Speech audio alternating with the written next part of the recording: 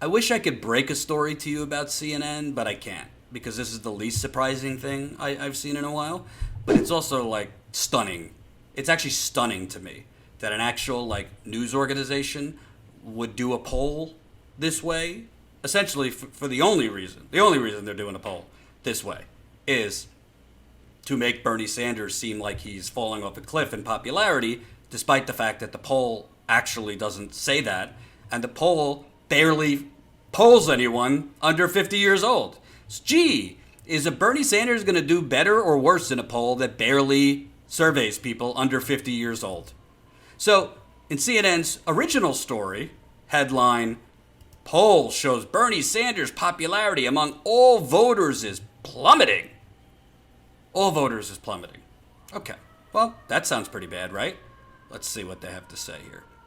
One of the arguments Bernie Sanders fans like he's a musician, made during the 2016 Democratic primary was that he was more electable than Hillary Clinton. His favorable ratings with the general electorate were far higher than Hillary Clinton's indeed. Sanders maintained fairly high favorable ratings with all voters as late as 2018. Sanders' popularity among all voters seems to be declining considerably in the last few months, however.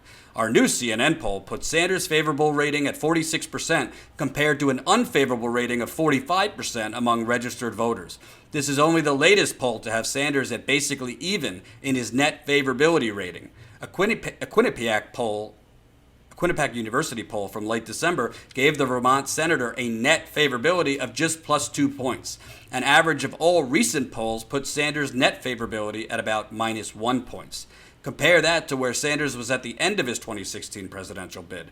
Sanders had a 59% favorable rating to 36% unfavorable rating among all voters in a CNN poll taken in June 2016. So, let's see. So then they get into that the Biden effect is taking away voters from you. So, I don't know. If I'm just reading the story, that sounds pretty bad.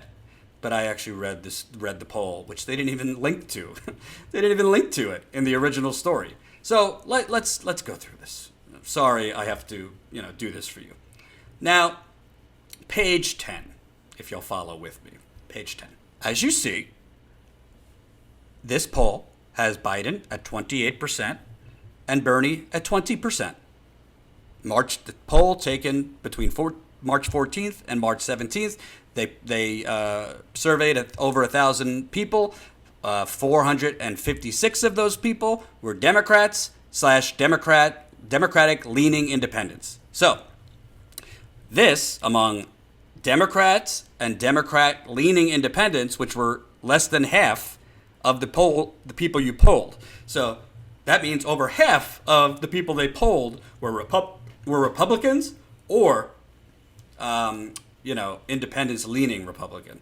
So really out of the whole poll, you only have half as Democrats or Democratic leaning independents. Okay. So Biden at 20%, 28%, Sanders at 20%. Well, wait a minute. December 6th through the 9th, a couple months ago, Biden was at 30%. Bernie was at 14%. I don't know. Can you do math? Is 28 less than or higher than 30?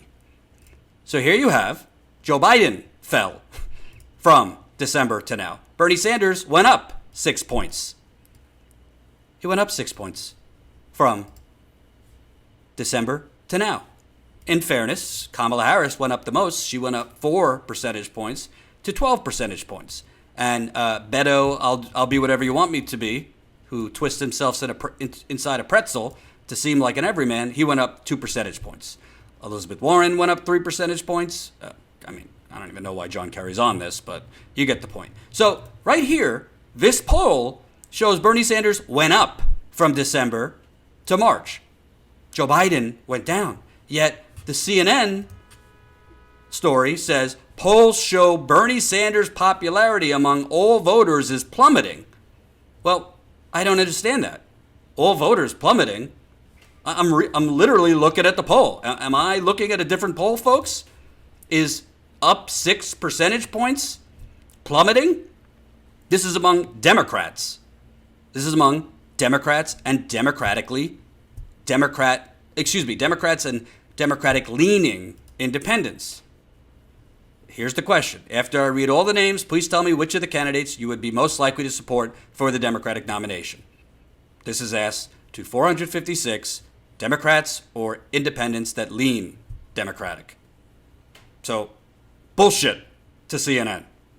Then you have respondents who are Democrats, Democratic-leaning independents, who would be your second choice.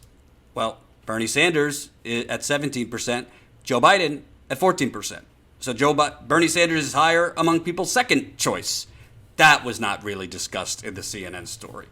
Then you have, when we go page 13, this was CNN's big takeaway. Big takeaway here. So, page 13. Better chance with, do you think Democrats have a better chance of winning the presidency in 2020 if Bernie Sanders is the party's nominee, or do they have a better chance of winning with someone else as the party's nominee? 35% said better chance with Bernie Sanders. 56% said better chance with someone else. In contrast, 51% said Joe Biden. 36% said better chance with someone else. Wow, that doesn't look very good. That does not look very good for Bernie Sanders. And boy, did CNN make sure it showed you that it wasn't good for Bernie Sanders. This was their big thing. With Bernie Sanders, 33%. Without Bernie Sanders, 56%. So then one has to wonder, what were the age breakdowns of this poll from CNN? Was it a lot of young people that suddenly fell out of favor with Bernard Sanders? Was it, was it mostly old people? What was it? So here's their methodology. Crosstabs on the following pages only include results for subgroups with a minimum of 125 unweighted cases. While interviews were conducted among a representative sample of the adult population of the United States, results for subgroups with fewer than 125 unweighted cases are not displayed and instead are denoted with NA because they are too small to be projectable to their true values in the population. Okay, so which groups were NA? Which groups were too small that we couldn't even really include them or statistically analyze them? Do you have a guess which groups here they underpolled? Which demographic they under-examined? Respondents who are, we'd like to get your overall opinion of some people in the news. As I read each name, please say if you have a favorable or an unfavorable opinion of these people, or if you have never heard of them. How about Bernie Sanders? Here you go, folks. Age 18 to 34. NA. 35 to 49. NA. Oh, they polled 50 to 64. They polled 65 and up. But they didn't poll enough millennials or 35 to 49 is above millennial, but still, Bernie Sanders did particularly well. 40 and under, really well, 18 to 34. So wait a minute. If you didn't poll or survey enough millennials or 35 to 49, wouldn't one assume that part of your survey into who would have a better shot, Bernie or Biden? Maybe part of the reason that Biden was so high is you overpolled and oversurveyed older people and undersurveyed younger people, which is a common practice I have found in CNN's polls. But when Jen reached out in a different CNN poll to CNN to ask them, how many millennials are you polling? They didn't get back. Shocker. This is honestly like a Fox News type false framing, selectively edited, whatever you want to call it. They deliberately are not surveying one of Bernie Sanders' strongest voting blocks and growing voting blocks, because every 4 years, millions of more 18-year-olds. That includes black 18-year-olds, Latino 18-year-olds, indigenous 18-year-olds, LGBT 18-year-olds, and they feel some burn. Well, not feel some burn, feel the burn. Don't want to... That came out wrong. But you get what I'm saying? So it's CNN lied. I mean, CNN, they're deliberately lying to their audience, and they're deliberately trying to make a framing that Bernie Sanders is falling off a cliff and that he's lost his mojo since 2018. 16, and the more people hear from him, the more he goes, he's losing popularity. Now, his approval rating versus disapproval rating becoming more even, where it's 46% approve, 40 I think it was 46% approve, 45% disapprove. That's not unnormal. That's not abnormal when somebody enters a political race and start campaigning, particularly when other candidates are in the race. So they're making it seem like, oh man, he's now like kind of even and not as many people like Bernie Sanders. That's not the case. That's not true. The problem is CNN has a built-in, and we know this, CNN has a built-in bias for the establishment, for the status quo. They don't care. Honestly, I think CNN would prefer Donald Trump winning re-election because they'd take it home to the bank for another 4 years. Or if Trump then tries to change election law and term limits to be president forever, God forbid. But CNN is going to fight nonstop. They're going to kick and scream to make sure that they push a narrative that Bernie is fading, and they'll prop up whoever they have to. First, they were propping up Kamala Harris. Now they're giving. You think Trump got a lot of free coverage?